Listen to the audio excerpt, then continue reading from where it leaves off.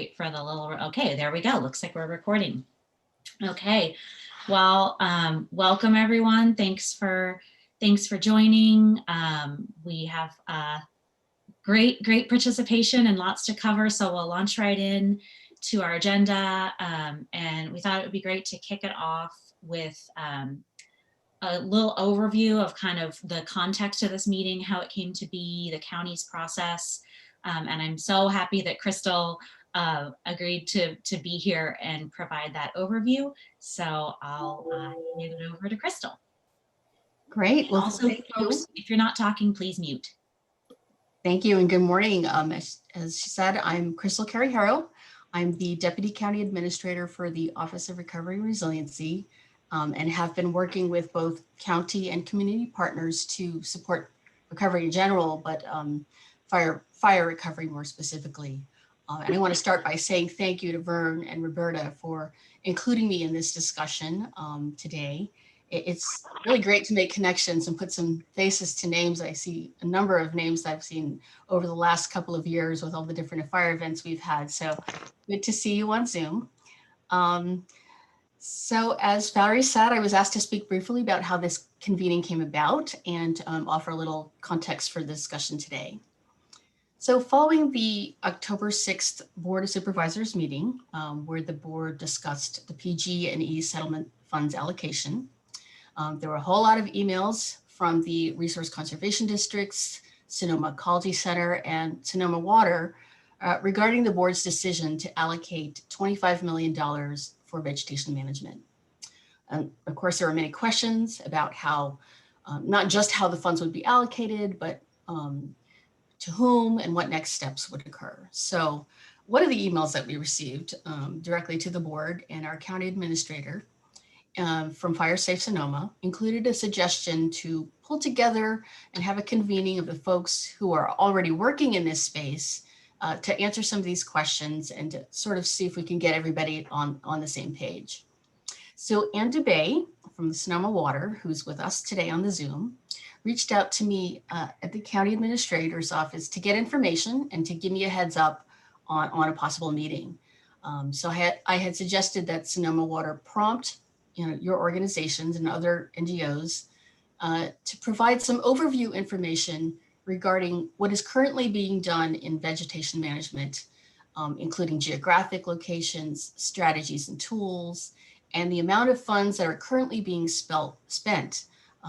And from that conversation, Gold Ridge RCD proposed that Caitlin Notch, a Civic Spark Fellow who's working for the RCD and Fire Safe Sonoma, create a spreadsheet to try to bring all of that information together. And I'll say that that information is going to be invaluable in educating our board about all the good work that is happening, which I know they're aware of already, but sort of putting it together helps paint a good overview picture and knowing how much knowledge and experience you all have. So ideally, I'd say we'd receive your inputs on that spreadsheet by tomorrow, Friday the 6th, to start pulling together the board agenda item and materials. Yvonne Shu, who's one of the members of my team, will be leading the consolidation of all the inputs and recommendation for that item. And believe it or not, it seems like a long ways away, but December 15th for us is just around the corner. So I'll say thank you in advance so much for helping to fill out this spreadsheet. And I want to acknowledge that your support for this process in pulling together this information to the board really gives us some extra capacity to gather that information. But I do want to say that I know that this is work we should be doing as the county, and it really helps give us the capacity that you all are willing to engage and collaborate to pull together some of this information. In terms of the county process, our office is planning to bring the board item on December 15th. And at this point, I'll just share that what I believe and understand will be occurring at the board meeting is that the board will discuss at the highest level kind of big strategies on how to spend the money. It's not going to get necessarily down to the project level, but that is definitely planned for a second phase, which I believe will occur by February. And don't quote me. I mean, this is kind of rough idea of the time frame. The last bit that I was asked to address was whether or not the board would be discussing the balance of the PG&E settlement funds at this board meeting. I don't believe that's going to happen at this discussion, only in as much as potentially the board decides to invest more than the $25 million on vegetation management. So happy to take any quick questions, but otherwise I will turn it over to Vern and Roberta. Thanks again. Roberta, you're on mute. Valerie, do you want to do introductions? That's what's next on the agenda. Do you want to go through that real fast? Oh yeah, let's do that, and then we can go into Fire Safe Sonoma. Thank you so much, Crystal, and thanks, Roberta. So we heard some feedback and totally agree with the feedback that it's important on a call like this to get a little bit of introductory context to who's in the room, but recognizing the challenge of getting those introductions from 39 people in the space of a meeting. And so the idea that we're going to try is trying to do this, your name, organization, and then in 10 words or less, like very, very, very basic, kind of geographic area you work in, and maybe the type of work that you do, strategies employed, but really, really succinct so that we're able to get to everyone and then still have time in the agenda to talk about kind of the meat of the meeting. And I think to make it go quickly, I will just pull up the participant list and kind of read people's names off to go so that we're not spending a lot of time talking over each other. And I can start. Valerie Quinto, Sonoma RCD, in 10 words-ish, 85% of Sonoma County planning and implementation. Maybe that's enough. And next on my list is Brittany Jensen.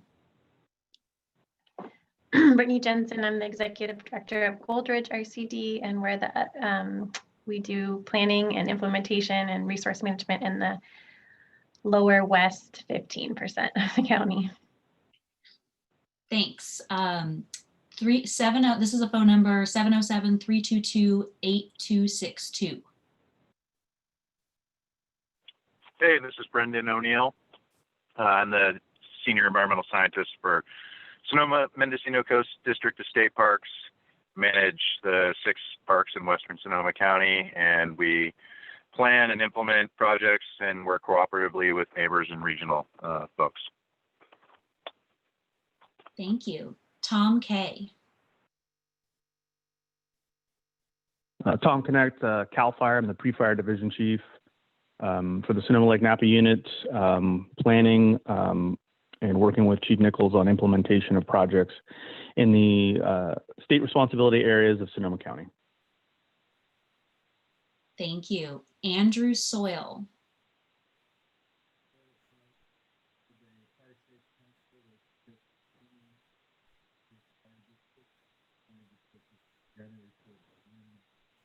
I think, Andrew, if you're talking, it's very, very, very quiet. Can you try adjusting and try again?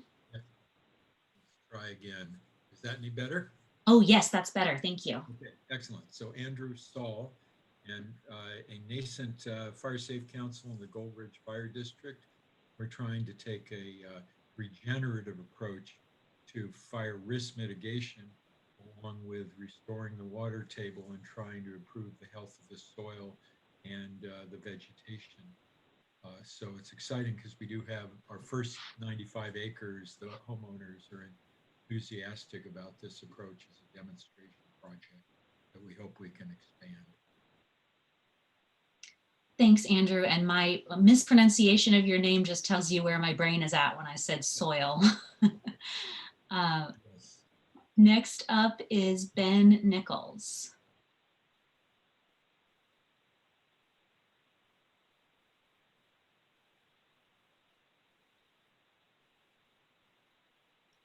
Let's see, Ben, if you're talking. All right, guys. Thanks. Oh, great. Can you hear me now? Yes. Perfect timing on a call coming in. Ben Nichols, CAL FIRE Sonoma County Operations. working with landowners and land management outfits to prepare ourselves for those future wildland fires, making a more resilient landscape here in the county. Thanks, Ben. Paul Stange. Paul Stange, Fire Safe Occidental, and its umbrella organization, Safer West County, which is intended to bring in other communities that are beyond Occidental, Monterey, basically the areas that are sort of below, if you will, 116 as it arcs around. And we're particularly interested in, since we're such a small area, but are clearly in the line of fire, if you will, dealing with landscape level treatment strategies that are more sort of regional, if you will. Great, thank you. Jason Mills. Hi, Valerie. Jason Mills, Restoration Program Manager for the Sonoma Ecology Center. And my claim in this conversation is to strike a balance in working to protect the community and the environment through fuel reduction efforts. And I know this balance can be achieved because I've personally carried it out in the past. So looking forward to the opportunity to do it here in Sonoma County. Thank you. Thanks, Jason.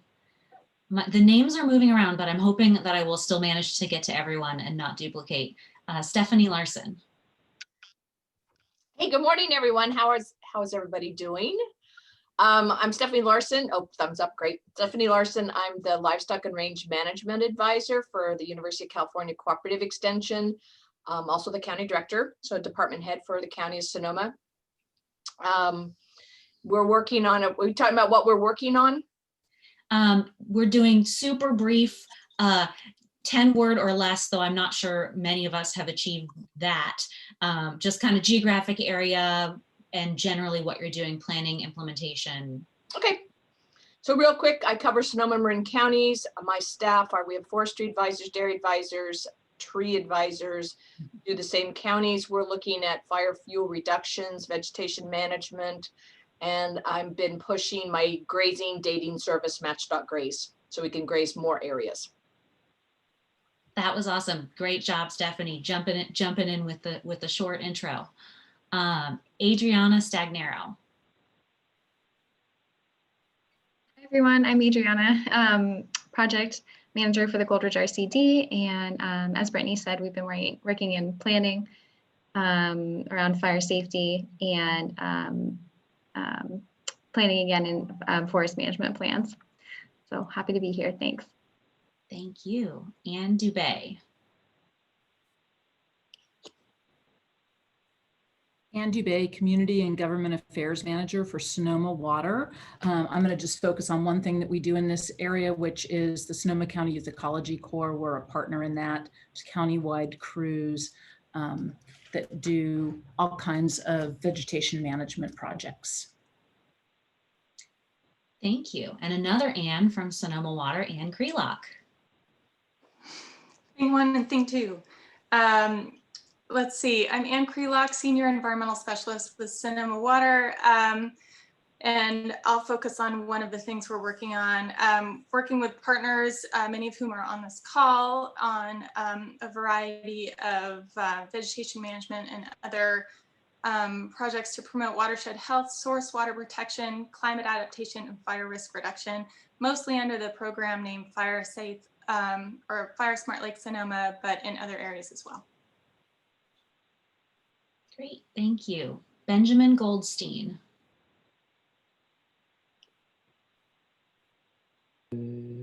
All right, unmute. Good morning, everyone. Benjamin Goldstein, I'm the Dean of the Agriculture and Natural Resources Department at Santa Rosa Junior College. So we're at the table as a workforce partner, currently working on developing 2 short-term hands-on training programs within the animal science space, so vegetation management through grazing, and the natural resources space, so hand crews, light equipment, etc. So I look forward to getting some feedback from folks. We have 2 excellent faculty members that are gearing up, and we have Schoen Farm, which is out in Forestville, 160-acre forest, pasture, vineyard, etc. So we have some land management strategies that are very indicative of Sonoma County. Great, thank you. Bob Neale.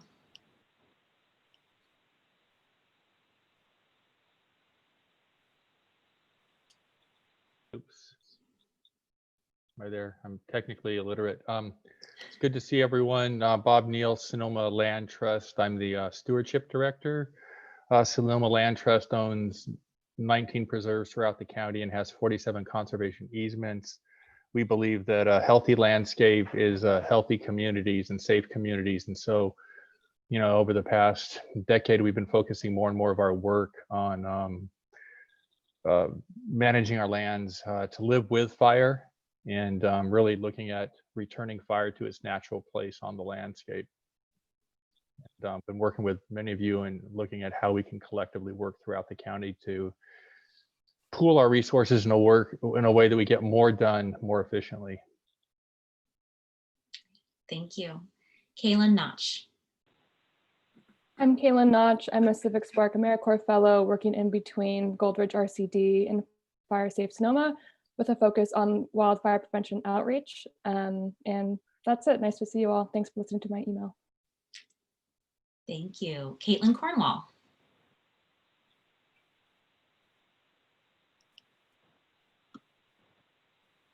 Unmute.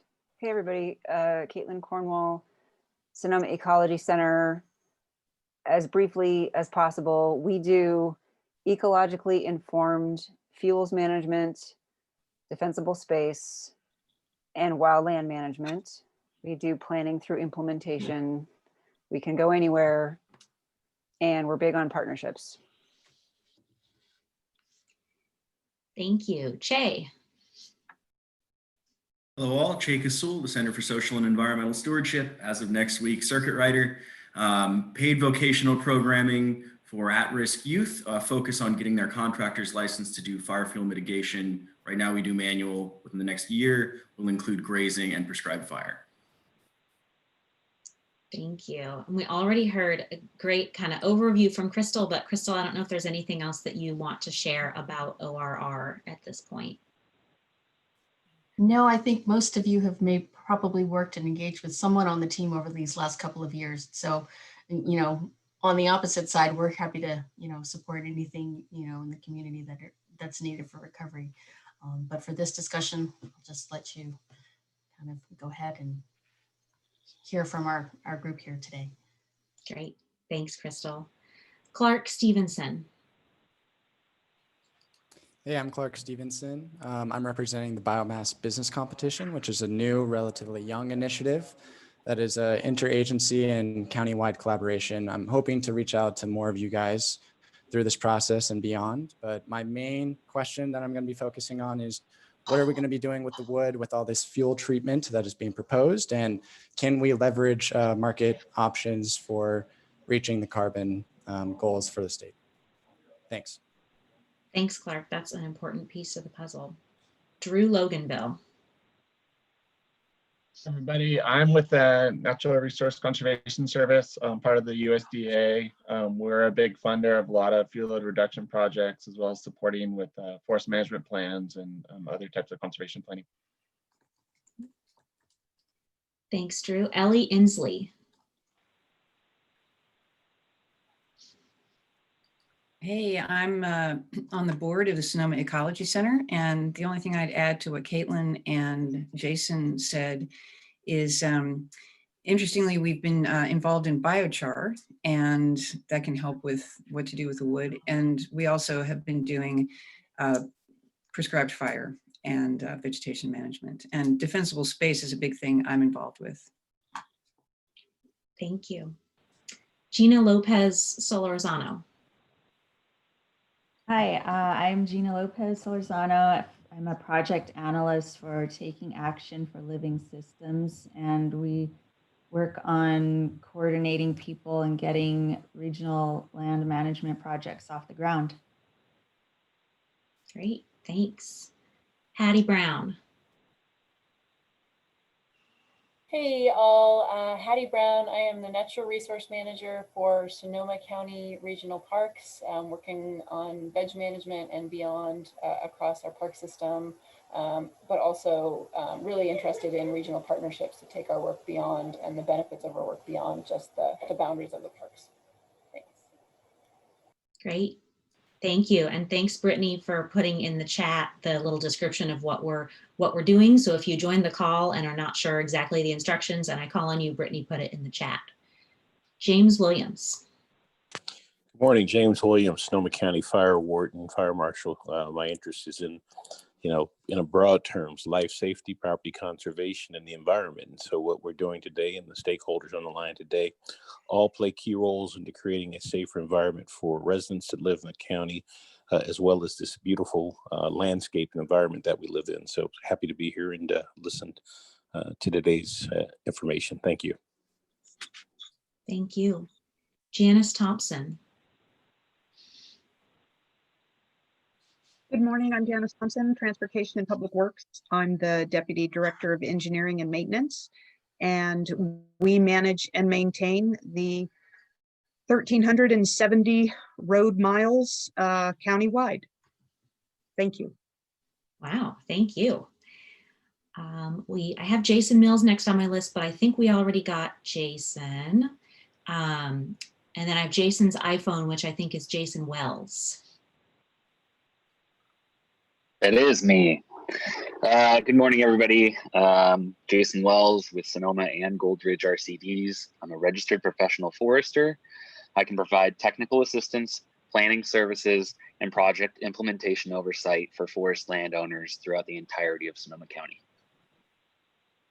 Thanks, Jason. John Mack. Hello, John Mack, Natural Resource Manager at Permit Sonoma. Been working with fire resiliency efforts since I got to the county almost 3 years ago, collaborating closely with Chief Williams Group. And primarily, a lot of our work has been focused on the hazard mitigation grant program and leveraging the multi-millions out of that to get into the county. Thanks. Thanks, John. Lisa Hewlett. Hi, I'm Lisa Hewlett, Grants Manager with Permit Sonoma.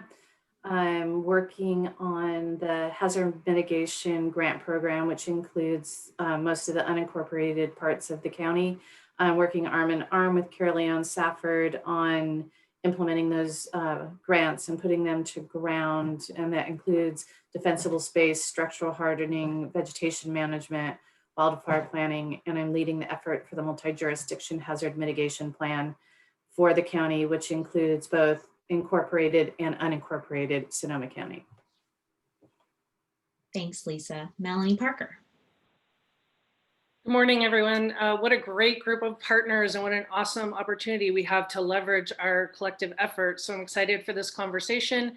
Hattie covered what we do at regional parks. We've been trying to get beyond our park units and work with all of you to get to regional and sub-regional level impacts with fire, prescribed fire, grazing, and thinning. So thanks.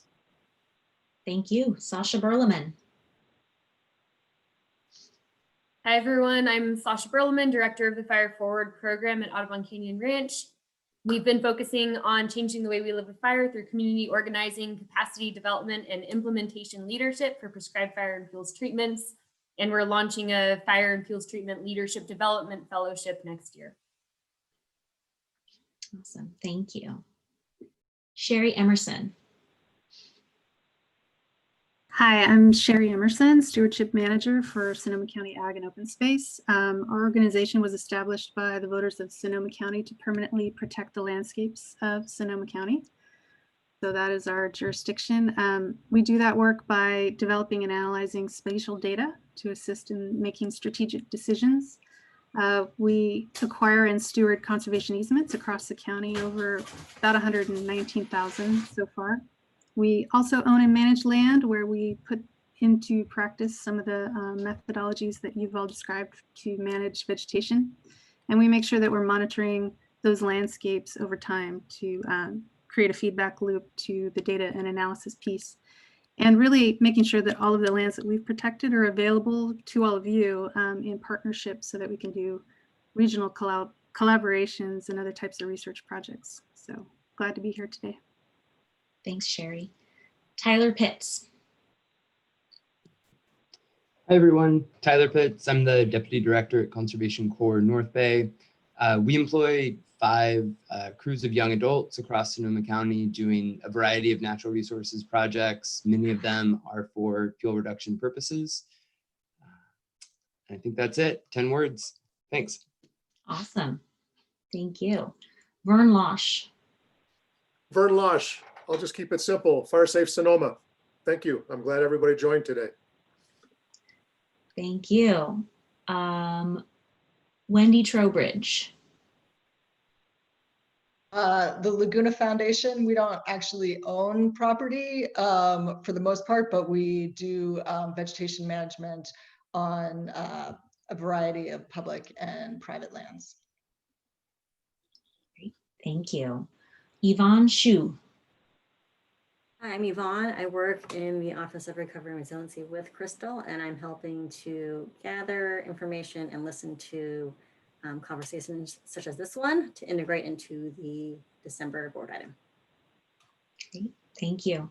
I'm scrolling back up and seeing there's a couple names that either are new or shifted around that we haven't gotten to earlier in the alphabet. Brianna Boaz. Hi, I'm Brianna Boaz. I'm the Natural Resources Management Professor and Program Coordinator at Santa Rosa Junior College.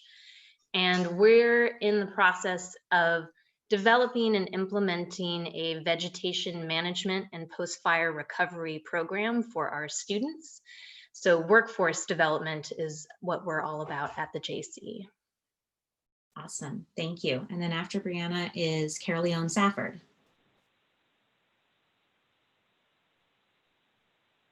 I'm Caroleon Safford, and I work for the County of Sonoma, Permit Sonoma Fire Prevention Division, where I work under Fire Marshal James Williams, doing things pretty much entirely related to wildland-urban interface, be it dispensable space, inspection programs. I am coordinating the update of the 2016 Sonoma County CWPP, and also working on several different house out grants that we got from FEMA to incentivize home hardening, defensible space, and other things. Awesome, thank you, Caroleon.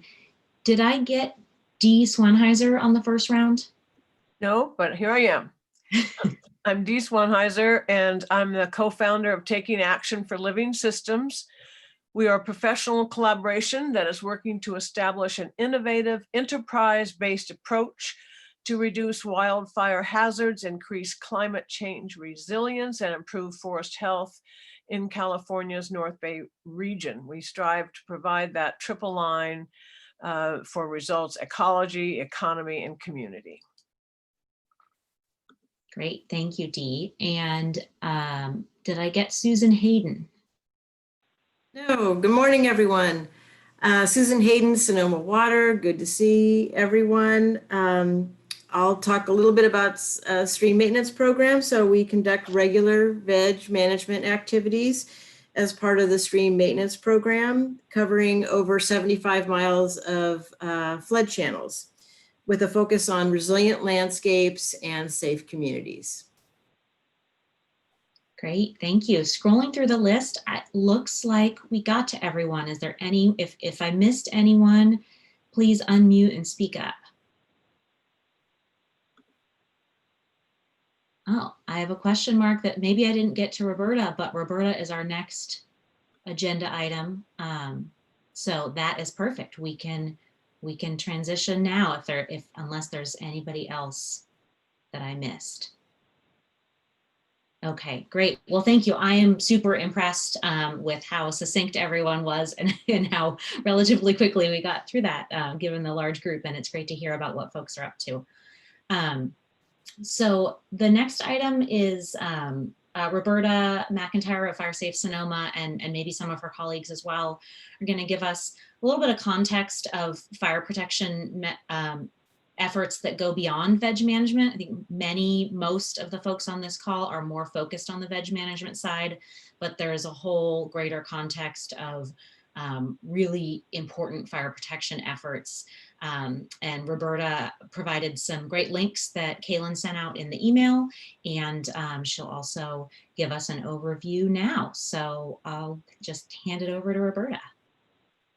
Great, thanks, Valerie. And for those that don't know me, my name is Roberta McIntyre. I'm the president and CEO of FireSafe Sonoma, and I'll just leave it at that, keeping it to the 10. And I'm happy to see we're pretty much on schedule, not too far over the mark so far. And thank you guys all for joining us. We've got like 42 people here, quite a wealth of knowledge. And if somebody wants to take a minute and add up the years of experience that are here right now, that'd be kind of fun.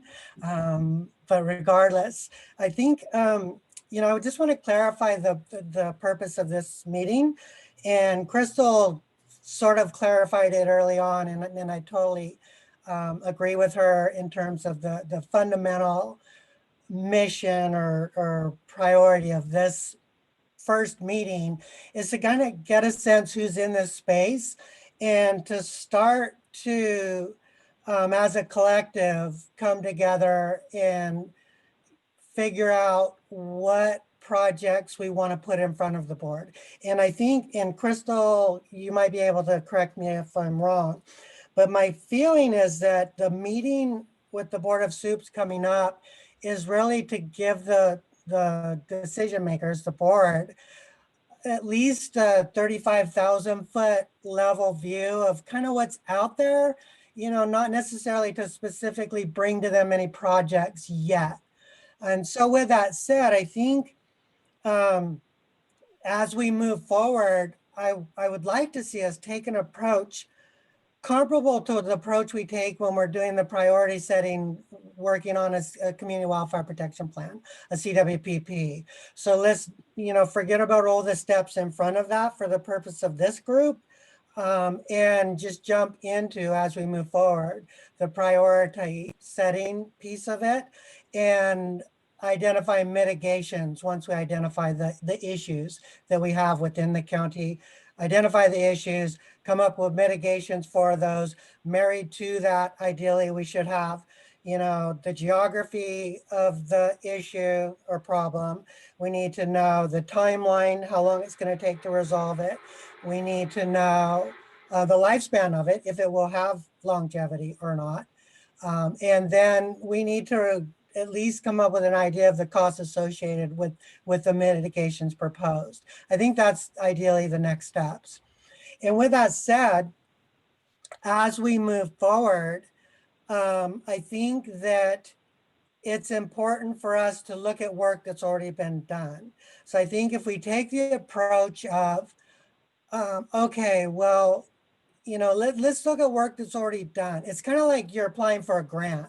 And when you apply for a grant, oftentimes to be successful, the grantor asks you, well, what work is already done? What kind of planning have you done in front of this ask that says objectively, as you possibly can, that this is actually a real issue that needs to be mitigated? So with that said, we've already got a wealth of information that'll provide some of that direction and inform us moving forward. And we sent that out. You know, there's, I think it was AB 38. There's the state fire strategic plan. I think we should all become familiar with that moving forward.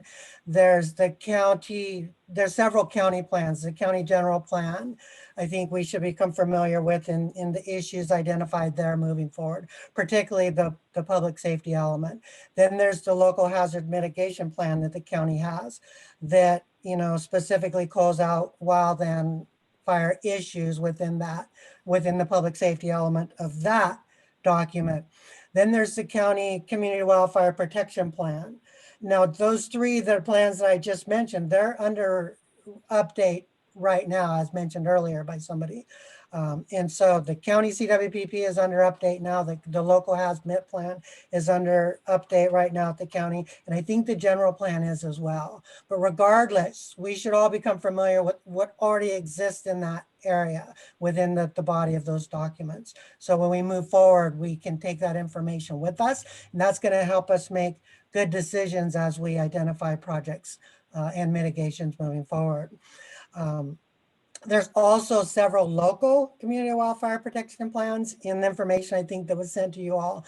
We provided links to the ones that we are aware of that Fire Safe Sonoma has helped with and shepherded on the way. There's also 2 local CWPPs that are in process now. The Occidental CWPP is nearly complete. We're just waiting for a final review from CAL FIRE before we push it out for signature. And I expect that to be happening very quickly or within, probably, hopefully within this week. And then there's Camp Meeker. They're doing an extensive local CWPP in the Camp Meeker area that is in the process of setting the projects and mitigations right now, like we're hopefully going to do here. So I would encourage us to all become familiar with those, with the idea that if we can relate whatever we come up with as a project that needs attention and funding, that we can relate it to those. And essentially at the end of the day, I'll leave you all with the idea that we want to make it as easy as possible for the decision makers to say yes. So sometimes it feels like we're taking a square peg and trying to put it in a round hole. We need to take that square peg and carve it up a little bit, so that it fits in that round hole easily, and make it as, whatever asks we have, we need to make them as easy as possible for those decision makers to say yes. And I honestly believe that if we can relate those projects, ideas, concepts, whatever, mitigations, to work that's already been done or is going on now, I think it's going to be a lot easier for the decision makers to say, oh yeah, that fits perfect. This is something we've been trying to look at the HAZMIT plan. We've had this thing in the HAZMIT plan that we've been wanting to do for years. We just haven't had the funding. What they're wanting to do out in this area, that fix that. That's a win-win right there. So I think moving forward, that might be a good approach to take going forward. So that's kind of my 2 cents there. I'll get off my soapbox and hand it back over to Valerie, and then we can, I think I'm within the timeline. We can, look at, collecting ideas. And like I said, I think, Valerie, if we take the approach here of, collecting folks' ideas as if we were doing a CWPP, that would be a good approach to take, to facilitate it moving forward. Yeah, you guys, most of you that know me know I could talk a lot, so I'm done. I have a question. Yeah, go ahead. Roberta, you, near the beginning of your remarks, you just verbally described a whole process, a whole sequence of different kinds of activities and questions that will eventually lead to supervisors making a decision on funding for projects. Could you please possibly write down that genius description of sequence of steps and share it around? Because I think a lot of us are completely confused about what this process might be, and you just articulated it, and it would be really helpful. Okay, I'll ask for Kaylin's help post this meeting. She and I will work on a document to share. And really, I'm still looking at it as essentially the priority setting phase of a CWPP for the most part. Looking at existing plans. It's kind of like a hybrid of applying for a grant, but ahead of that, identifying the projects that we want to do. So it's kind of 2-step. It's kind of like doing a priority setting part of a CWPP and taking those project priorities and mitigations and relating them to documents already in place to make it an easy ask for the decision makers, if that makes sense. And so the spreadsheet that we've been working on so far is the beginning of the first part of that? I think so. Yeah, Okay. I would say so. Yeah, that spreadsheet evolved out of the Office of Resiliency and Recovery, I think, based on input from them. But yeah, that's definitely going to inform us moving forward. So we can talk more about that with next steps, what we all want to do next step wise. But that's my suggestion moving forward. It's a great suggestion. Does anyone else have questions for Roberta? Okay, well then we can just keep rolling into our lengthiest agenda item, which is collecting ideas. I think that Roberta and Crystal kind of both spoke to that this is a very initial step, and I don't think that we should expect that in the space of one phone call, a group of 40 people will be able to agree on what the priorities are, but the best way to get started on that is to be collecting information about both what's going on and what are the things that are possible but maybe just haven't happened yet, ideas that people have that just haven't gotten off the ground. And so I guess has everybody had the chance to see? I saw a lot of entries in that Google Doc matrix. So I think a lot of people have gotten to it. Is there anyone who, when we talk about that Google Doc matrix with the questions from ORR, not the matrices from ORR, but questions that came from that conversation between Anne and Crystal, does anybody not know what we're talking about? Because I don't want to lose anyone. Yeah, Brittany put the link to the Google Sheets in the chat. And I'm not hearing anyone jump forward to say they don't know what we're talking about. So that's a good start. Wait just a second. I don't know if there's more than one matrix that we're supposed to have. I only know of one. And I think, Dee, I think that taking action has included info in the one that I'm talking about. But then you mentioned something about Crystal and someone else having something sent to us. Oh, I was just referring to that, the matrix is kind of a list of questions for folks to fill out. And those questions came out of kind of the initial, before this meeting was ever planned, they came out of that discussion about what information would be helpful to ORR to be able to then share that information up with the Board of Supervisors to make decisions. And how long will we have to update and edit our entries on that matrix? I think Crystal had mentioned wanting to have this at least first cut of that matrix all entered by tomorrow, so that ORR has time to get their board item ready. I don't know, Crystal, do you foresee that throughout this process there will be more chances to refine information? Definitely. Okay. I wouldn't limit it myself to. Tomorrow is ideal, but if it's next week, early next week, that'd be great too. Okay, thanks. Thank and you. real quick, it looks like Brittany put the link to it in there correct me if I'm wrong, Brittany, but it looks like you put the link in the chat. So if anybody is not familiar with it, you should be able to access it through the link that she just put in the chat. The other thing that I would ask, and I hope I'm not asking for this to go sideways, but if there's anything significant, and I will qualify this by saying significant, that someone feels that we need to obtain information on and add to that matrix, let Kaylin know, and she might be able to add it. But when we do that, please be aware that, anybody that's already done work in that space, you may have to go back and add the additional information if we add another column, something that's important to measure that we haven't already added to the matrix. Great, thank you. I guess one question I have about that, just kind of looking at the funds and when people did include funds, a lot of the costs that are being discussed here are program costs and not really like a per acre implementation cost.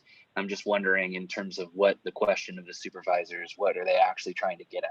Are they hoping for the cost of your total program, or are they hoping for how much does it cost to treat an acre to achieve the end goal? If I could just respond to that, there wasn't a specific ask, but what costs can you share? And also without having to do a ton of work to give a sense of the investment that you're making for this kind of work. Can I follow It up on won't that? necessarily be apples to apples across all of the groups, but whatever you can give in this very short timeline. Thank you. Clark. Yes, thanks, Valerie. I'd like to follow up and notice that this is a spreadsheet for implementation. and there's a couple of non-implementation partners on this call, workforce capacity, the biomass business competition, for example. Is that something for a different spreadsheet, or should we include ourselves on this as well? Well, I don't think another spreadsheet exists. And I don't know for the work that ORR is doing if it would be too confusing to add those things in, but I think it seems to me like it does give a good picture of the landscape of what's going on. So it might be good to just kind of wedge those into the questions that are in this spreadsheet so we don't have too many different things going on. I agree with that, and more information is better, and we'll package it, taking what's in the spreadsheet and include in the way for the summary item. Great, thank you. And I see Melanie's hand, but first I want to say I can't see everyone on my screen at once. So I do think it's great that people are raising hands because we have so many people that could be talking over one another. But do folks know how to use the raise hand feature in the little, if you pull up the participants box and you can raise your hand, I should be able to see all of those regardless of whether your face is on my screen, and then I can make sure that people aren't being left out of the conversation. Melanie. Yeah, great, thanks. I have a little bit of a rhetorical question, but it kind of informs how we present this information to the board. So my question is, right now we're capturing everything we've done up until this date and everything that comports to the various plans that the county has that you spoke to, Roberta. But a conversation that a lot of us have been having is, what have we learned in the last 3 years? And what are the new opportunities that what have we learned about fire behavior, about these wind-driven events, about the status of our vegetation, and then what opportunities do we have of all this black around us right now to be putting landscape level treatments out there that maybe what we've done up until date isn't going to capture. So I'm just kind of curious, like kind of to the last point, should we have a section of the spreadsheet that is, sort of forward looking things that we haven't yet done? Question. That's a good point. My own, and there was probably a million different viewpoints on the call, but my own impression has been that we could include perspective things and just make it clear that that's not something that's already happening, but that there's good reason to desire that it happen. And I'll ask, before I move on to the other raised hands, I'll ask if Crystal or Yvonne wants to respond at all to Melanie's question. That's a great point, Melanie. And actually that is the piece that I think is coming out of these ideas that is forward looking. So I hadn't thought about using the spreadsheet as a way to capture that, and I'll kind of leave it to Valerie. I think it could be through the spreadsheet, but absolutely the piece we want to capture. Yeah, and that I think could also be put in the future project needs amounts column. You can go into some specific detail there. Because the post-fire stuff, that's huge. Carliana and I were just talking about that last night. What a big issue that is. Definitely. Thank you. Okay, I'm sorry. Can I just interject? This is Yvonne. I just wanted to get back to the question about the spreadsheet and how the vocational training and sort of the workforce development may not fit exactly into that frame. We are very interested in hearing what's going on there in terms of workforce development locally related to vegetation management. So if that spreadsheet is not the best format, kind of just put the narrative somewhere else, but we do want to include that. So thank you. Awesome, thank you.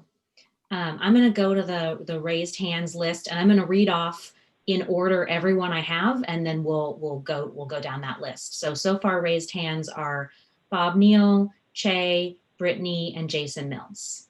So we'll start with Bob.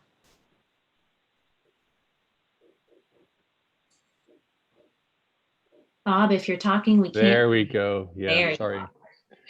Just briefly, I think important information that I think is implicit in the spreadsheet, but needs to be, I think, communicated to the Board of Soups is these aren't one-off activities, that we're talking about a new land ethic that Sonoma County has the opportunity. And Melanie, I really appreciated what you were talking about. What did we learn and how can we look moving forward on efforts that really perhaps are less focused on individual landowners getting $10 and more? What are the priorities in the county and how can we work together to achieve these landscape scale approaches, but it's really important, I think, that they know that just because if we did fuel reduction one year on 1 acre, that doesn't mean that it's done. That we're going to have to revisit that depending on the site, depending on the conditions and vegetations. And I think that's a message that might not be welcome because it creates a rather frightening financial situation. But I think it's important information for them to have. Thank you. Bob, I'm going to respond to that. And that's a very good point. I'm glad you asked it.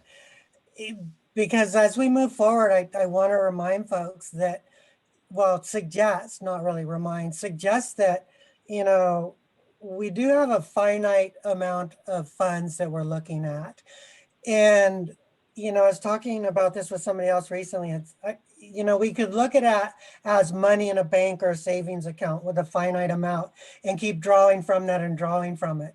But as we all know, particularly with vegetation fuels reduction projects, that's a one thing, that has a lifespan of, from 1 to maybe 5 years at the outset. So you got to keep putting money in that. So as we move forward, I would ask the creative minds here to come up with ideas that have longevity. Let's think of this, let's use this money to invest. For example, one of my thoughts is, it would be total cool if we can put some of this money towards adding an element of the county planning part of this that could put a system in place to streamline the EIR process within the county, and that's an investment. If we spend, a couple $100,000, I don't know the number, but build a system within the county that does a countywide EIR, at least as a base, so that if you do a fuels management project in an area, you don't have to go through the whole EIR CEQA process. The county already has that streamlined. Something that CAL FIRE, I think, is doing now or started doing, something like that, to make it easier, quicker. That's investing the money that has the longevity there's no end. Other things are, I'm gonna leave it at that because I could, like I said, I could talk a lot. But think of things as we move forward, rather than using this money as a savings account, drawing it down, let's try as best we can. You guys are brilliant. Come up with ideas that have where we can apply this money to make it make money, going down the road if possible. Thanks, Roberta. And Tom Knecht is in the queue of hands raised, so he may speak to the VSP piece related to CEQA streamlining, but I'm going to keep going with the list of hands raised and go to Jason Mills next. Hi, thanks, Valerie. I just wanted to chime in and just say, I think the CWPPs can really help to inform and prioritize the whole, WUI objectives surrounding communities. And I think I totally agree with what Roberta's saying and looking towards, where efforts have begun to help those efforts continue. And thank you, Bob, for pointing out that maintaining those efforts is instrumental for success. But, looking at what Melanie brought up, we just had some pretty massive fires here. We just had a whole bunch of dozer lines go in. I think it would make a lot of sense to look at those dozer lines and where they made sense and kind of prioritize those for, fuel reduction efforts, not only to maintain biodiversity in these wildland areas, but also to lower fuels and access for fire crews to get in there and get the backburns in there and get the black in there before the next big wildfires hit. So just want to throw that out for consideration. Thanks, Jason. And I'm next up in the queue. There's John Mack, then Tom Knecht, then Ann Dubé, and then Che. So, and then Wendy Trowbridge. So John's next, John Mack. Hi, everyone. I just wanted to throw out a couple things and follow up on some comments. So I think I don't want to minimize, and it just came up. If we're talking about government-led or substantially funded large-scale vegetation management or other projects, CEQA's right there. We're going to need, we're going to need a programmatic EIR, and we're talking about that here at the county. But to do large scale projects that are government led, you're talking 12 to 24 months of lead time to get through that process. I think that's going to be a critical piece, to have that umbrella, that programmatic umbrella, that then individual projects can then proceed under a lesser standard of maybe a mitigative neg deg or something. There are projects that can go forward without that are CEQA exempt. So working at the house scale, house and defensible space scale, doing a roadside vegetation management within the right of way as maintenance. I mean, there are ways of doing things that are quick or quicker, but if we're talking landscape scale thing, and believe me, that's where I'm exactly at. And I heard that all through the room today. That's where we need to go. We just got to be cognizant of, we are in California and we have this significant environmental review piece. And if we try, and there's no way to skirt that. The other thing I just want to throw out is, for those of you who listened to the board a few weeks ago when they discussed this and this 25 million came up, I did not hear the board does not have consensus around this right now.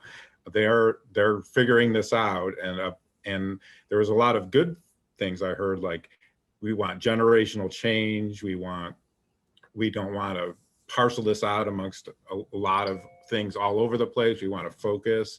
We want to see big change on the landscape. And so I think, and I heard a lot of you talk about that today, and I think that's exactly the place we're at Permit Sonoma, where I work closely with Carol Leon and Chief Williams and Lisa Hewlett. I mean, we're trying to advance landscape level projects and find the funding for that. But those are not simple, and we're not going to just pull those out of our hat and put them on the ground next year. Those are going to take time to plan and get the approvals and authorizations because there's a lot of players. Just this room, I mean, you can just see the players here at the table and in this room here. So anyway, I'm really encouraged by everything I hear, but I just want to, I think finding money and I would say $250,000 to $500,000 to get a CEQA process completed would be a key critical first step. So. Thanks, John. Tom Knecht. Hi there. A couple things about the countywide EIR. It was referenced in, Valerie, I think you mentioned the VGP. It's the VTP that California and CAL FIRE just recently adopted. It is a programmatic EIR. It applies to specific areas that have already been pre-identified in the SRA. And in theory, if you have a project in there, and you still have to go through a review process, but it's a lot more streamlined as long as you stay within the lane of whatever the scope of work is. It's already kind of been predetermined about what is needed to pass the muster there. As far as landscape level projects, and in some way of streamlining EIR, you could have a process that gets EIR done in a day and be able to treat your landscape right away. Even with all the resources at hand, it's still not going to stop these mega fires from jumping over treated areas. We just saw the glass fire jump over the Napa Valley, which was, farmland in between two paved roads a mile wide. And we also saw the lightning complex jump Highway 80 under minimal wind conditions. So CAL FIRE is really, at least LNU CAL FIRE is really kind of going back to basics. And we really want to focus on life safety, which is corridor vegetation reduction, so that people can get out safely and responders can enter in safely. And we're focusing on defensible space. Defensible space not only saves homes from burning down, but prevents ignitions from starting wildland fires. And then protecting our own infrastructure, some of our key radio, mountaintop repeaters, weather stations, and also some of these dozer lines that we continue to put in time after time on the fire. We would like to see those maintained as legacy projects. And when we talk legacy projects, another gentleman hit it on the head. You have to plan for the future. None of these are one and done. So when you step forward with a project in mind, you have to think of how is this going to carry on generation after generation, and how is that going to get funded and accomplished. That's kind of where we're at. Thanks, Tom. That's really helpful. Next up is Ann Dubay. I guess just following up on what Tom is saying, and what I've heard from others, and Valerie, I'm totally crediting you with this idea, but in I think your letter to the board prior to October 6th, you mentioned an endowment fund and taking a substantial amount of the PG&E settlement and putting it into an endowment for long-term maintenance and for projects that we know are going to grow back, and for projects that need to happen annually, including some of this legacy, the legacy projects that Tom was just talking about. I think that's a really, really critical principle. And I heard from the board that the 25 million is a floor, not a ceiling, in terms of edge management and other fire risk reduction projects. So if we're talking, I would hope there would be interest in this group in potentially promoting the idea of taking a substantial amount of this funding and investing it in some kind of endowment to be used for annual projects and project maintenance. I just wanted to, Susan Hayden and Ann Krelock, who are on this call, have alerted me and others in our agency to what happens in Placer County, where the County of Placer has its high priority projects, just like Roberta discussed, and the Placer County Water Agency, one of our partner sister agencies, invests every year. It's a relatively small amount of money, but they invest a small amount annually from a watershed fund that they have to do projects on private land around in some of these high priority areas. So there's a lot of models out there, and I think it's really exciting. So just wanted to put that out. Thanks. Great. And thanks, Anne, for amplifying that endowment idea. I love credit, but it wasn't me that came up with it. It was Jason Wells, our forester. So I'm just going to read through the list of hands that are raised just so folks know who's coming up. And then of course, you know, the list continues to grow. So please do use the little raised hand feature in the participants menu if you want to speak.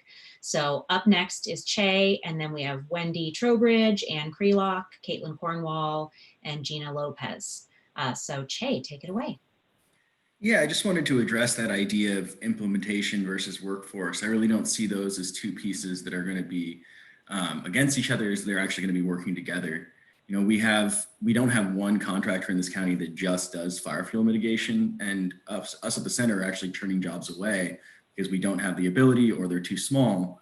And so I really see is, you know, if we're going to be implementing, we should be having some kind of idea of vocational programming, teaching people about how to do this fire fuel mitigation. They can then go on and do it in the private world and treat way more of an area than we could with public funds on private lands, keep the community safer. And that's that generational change. We stop the brain drain of our young people leaving because they have good jobs. It's a win-win all the way around. Thanks, Che. Wendy. Yeah, I just wanted to throw in a pitch for geographical coordination. I think all 45 of us are headed in the, you know, our own directions, but vegetation management, it's not, you know, there are places where it could be, it's more critical than other places. And so if we had a prioritization scheme where, like, you know, these are the first priority areas, these are the lower priority areas, I think it would help us all work together. And so I like the endowment idea. And with that, maybe we could have a governing group that helped figure out some sort of geographic prioritization. Thanks. Thanks, Wendy. I think that's a great idea. Ann Krelock. Chiming in actually on Wendy's thoughts here, one of the ideas that we've been throwing around internally is exactly that, a decision-making tool that would be consistent with local hazard mitigation planning and the CWPP update, etc. We actually tried to get it funded through the NRCP recently and weren't able to do that, but working with some of our GIS kind of spatial data partners on an interactive tool in order to take a look at different ways of prioritizing based on fire fuel reduction and habitat enhancement, et cetera, that would be open to partners to use and would help also predict how much risk is reduced by certain potential actions. We had a call about that yesterday. It's something that we think might help focus resources in the most critical areas. And then with that said, also a big fan of taking kind of a two-pronged approach where you're looking at short-term wins like the defensible space, roadside fuel management, things that are not CEQA intensive and can be done now, basically file an NOE and you're going and have a big impact on ingress and egress and safety, et cetera, for our communities and our residents. And then also the long-term approach at the same time. So I think we're gonna have to have two parallel processes. And I'd be curious to see what the RCD's role in the CEQA world could be in terms of your own forest management planning processes and maybe multi-parcel forest management plans and CEQA and NEPA compliance in that arena. Thank you. Yeah, that's definitely, that's the multi-property thing is something we've been looking at. So it'd be great to go down that road further. Caitlin Cornwall. I wanted to go back to the contrast that we're hearing in some of the comments about landscape level approaches versus, so as articulated sort of by John Mack, and then followed by the much more focused aim as articulated by Tom Knecht. I think that this tension is a real one in our community. I mean, like all of us on this call, most of us on this call are oriented more to the landscape level, and the tools that we use are meant for that scale. And yet this money is, I think, talked about as if it is specifically for reducing risks to life and property. And veg management is, you know, there's only a more limited, the limited number of things that Tom Knecht talked about that are super effective for that objective. We all share many more objectives than that. And I think everyone, including us, gets confused about this issue, that there are multiple objectives and veg management, how it plays a role in those different objectives. I'm not sure that the supervisors are super clear about this. And some of us started a letter to the supervisors kind of trying to paint this context for them that I'm not articulating myself terribly well. So I will just say that I would like to share a draft of this letter to the people on this call to see if there are more people who would like to sign it. We just want to make sure that we're not trying to sell something that's different than what is being asked for. And yet we want to make the case that landscape level forest health, wildland health is incredibly important and brings a bunch of benefits to the county. I'll stop there because I didn't say what I wanted to say the way I wanted to, but I'll follow up.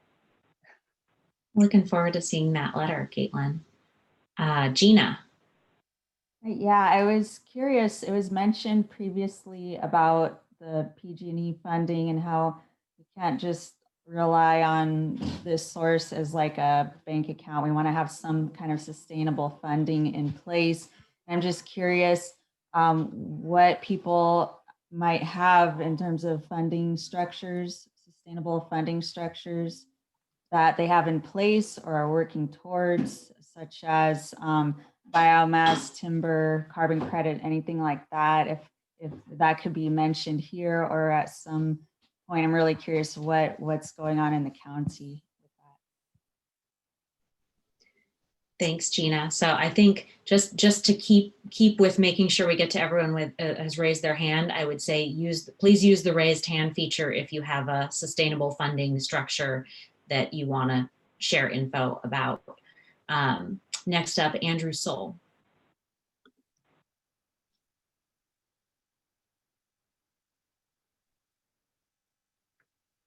Andrew, I think we had trouble with your sound before. If you're talking, we can't hear you. have to come up with something else, so come back to me in a minute. Oh, well, that sounds better just there. Okay, let me get closer. So I would suggest exploring another concept, which is leverage. Use the funds as seed funds to attract other stakeholders, homeowners, communities, other stakeholders who will want to match it. And that way you'll amplify what you get from it rather than diminish it by storing it and using only a small amount. Great point. D. D, you're on mute. D, you're muted. Sorry. Oh, there you are. Yeah, I'm just wanting to remind people to look at the matrix because the Taking Action for Living Systems, one of our proposals is for that long-term multiple funding opportunities work, that is really what we are in the business of doing for our partners, for our landowners. That's what we bring to the table, is looking at the long-term economic needs and how we can pay for them through a variety of sources. That is what we're wanting to do with some of this PG, have them help us do this with some of this PG&E money.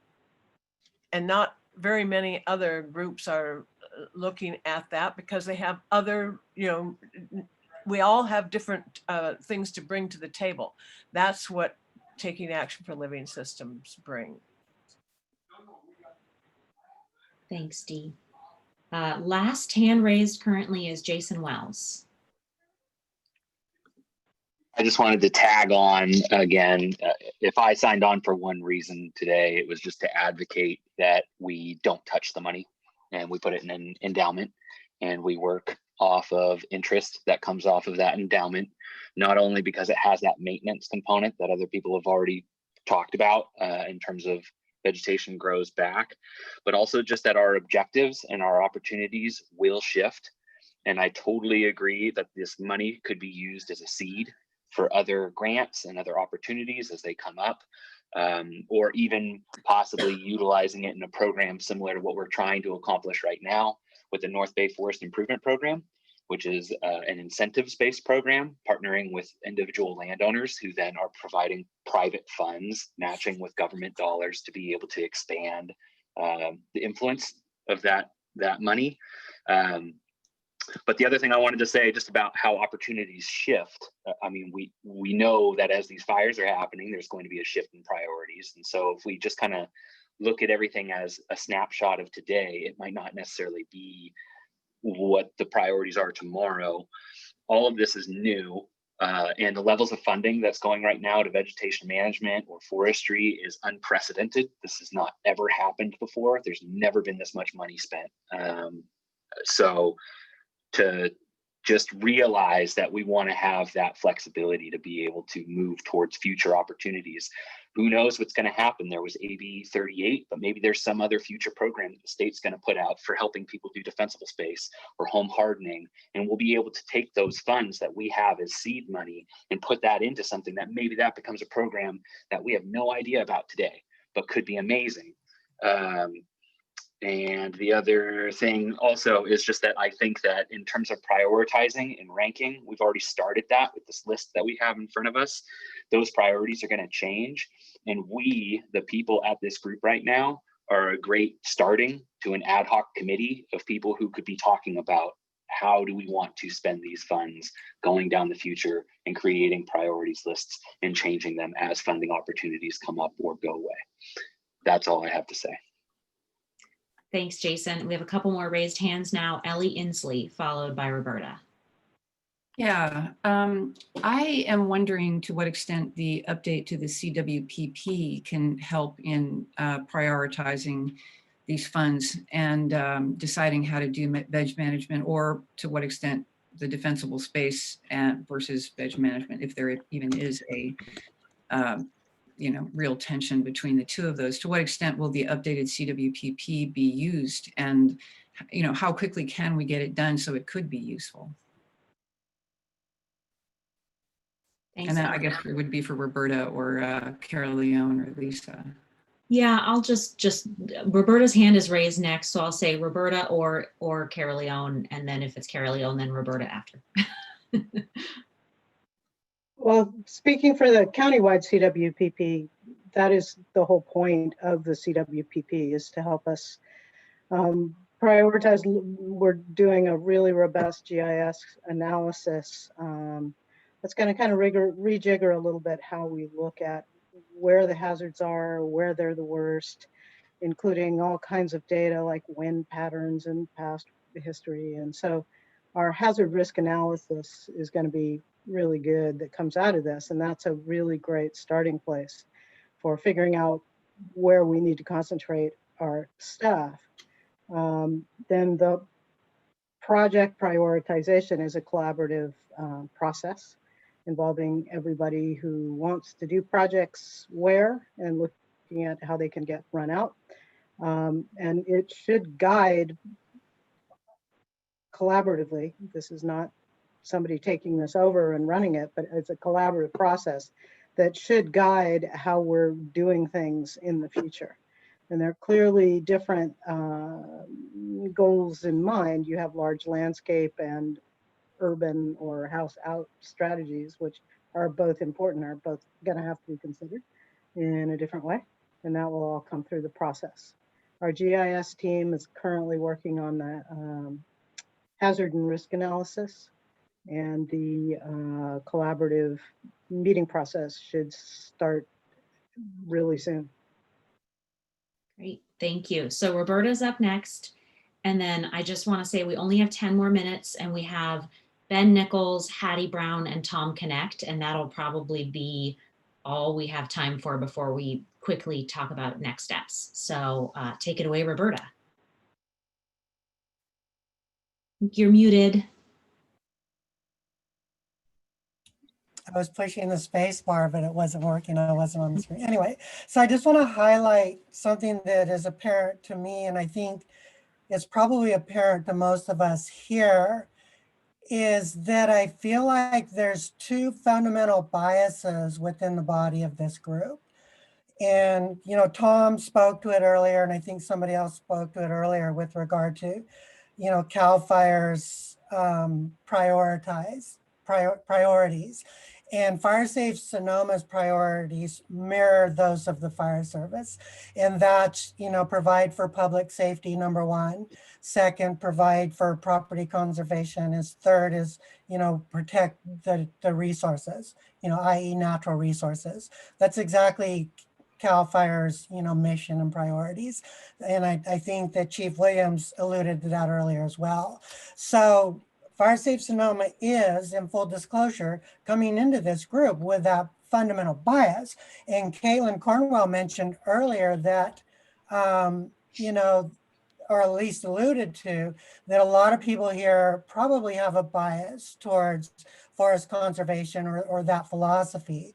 So, you know, I'm wondering moving forward if we will be able to come as a group, this collective, come together and as a consensus agree on what the fundamental priorities are moving forward. With the Board of Supervisors, their fundamental purpose is to provide for public safety. If you look at the state constitution, I think it's written into the state constitution that a local county Board of Supervisors shall provide for public safety. And I think that's fundamental. So moving forward, I just want us to kind of keep that in mind. You know, and it's just something I felt like I just needed to say, because I do feel that there are those biases within this group. And biases are okay. And I think a lot of people come away with the word bias getting a bad rap. I mean, if you're a heterosexual male, you've got a bias towards women. That's not necessarily a bad thing. So biases are okay. But I do feel like, and correct me if I'm wrong, but I do feel like that there are those two fundamental biases with this body of, you know, people here right now. Thanks, Roberta. I think that's really helpful to acknowledge. And with that, we'll go to Ben Nichols. So I just want to put it out there to the group that as Chief Knecht spoke to with the glass Unfortunately, that fire spent the bulk of the day on the right side of Silverado Trail and was not going to get into Sonoma County. And then conditions changed, and within hours we were doing structured defense in and around Oakmont. So I will put to you that the monies that the county has received from PG&E, the folks that were on that call that I listened to for the Board of Soups meeting are victims, and they want to see something done with the millions of dollars that the county has in their account now to make a positive change for future fires. You know, I've had conversations with ag and open space for projects that we've been looking to do, and a multitude of partners here on the call today, Hattie and her group, and Melanie down in their neck of the woods. But, you know, in the Saddle Mountain, you know, we had that on our list of projects to hit. And unfortunately, the glass fire got to us before we were able to treat that. So we're running out of areas that we didn't have documented fire history on. And for the bulk of it, we've really dodged a bullet so far. I mean, Ann and Susan can speak to the fact that we really could have had a much different outcome during the wall bridge for the impact to Lake Sonoma. But luckily the fire backed down to the water's edge, and so we ultimately had a good burn. But luck breeds bad habits, and I want to avoid getting lulled into a false sense of security that we've got time. Because I'll put to you that here in the last couple of years, we've burned a whole lot of acreage in the county that we hadn't historically burned, and I don't want to have a 10, 15, 20-year plan. We don't have that kind of time to get those projects done. So while Chief Knecht was spot on in the fact that we are prioritizing life, property, and environment, I want to use this one-time influx of cash to be able to make that generational change that Supervisor Rabbit was talking about. And so that means large landscape level prescribed burns where we can to provide that community defense for those future fire events. Chief Turbeville and my other battalion chiefs here in the county are identifying those landscapes so that we can prevent those future fires. You know, there's a large chunk of land, Corbell on the east side of Guerneville, where we have a ridgetop opportunity to be able to create that buffer for that future offshore wind event.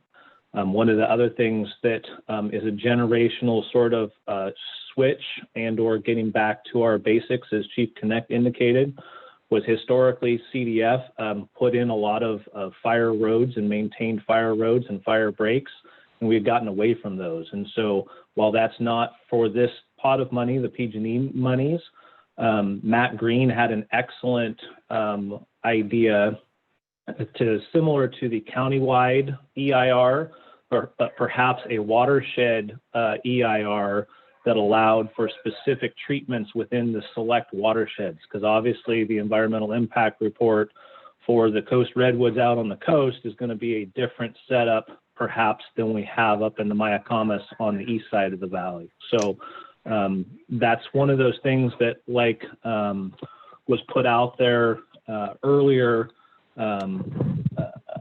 I'm missing him now,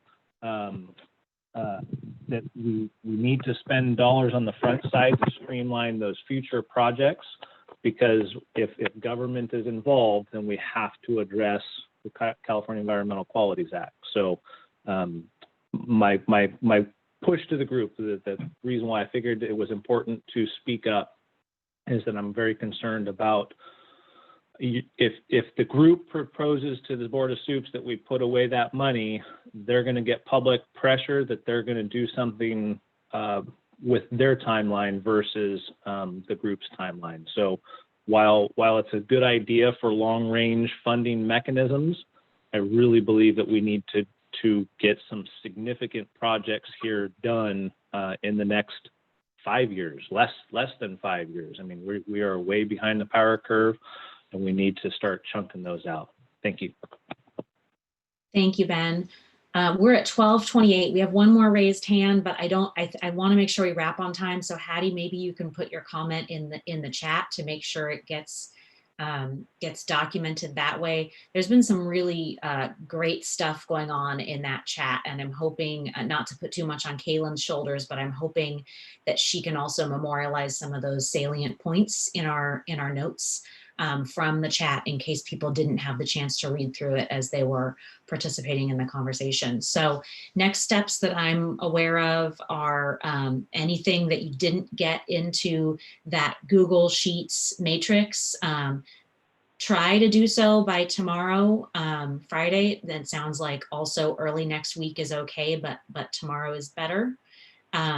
If you have comments to provide that aren't a good fit for that matrix, Crystal and Yvonne encouraged you to reach out to them directly, and they put their email addresses in the chat as well. Kaylin will be writing up notes and sharing those notes.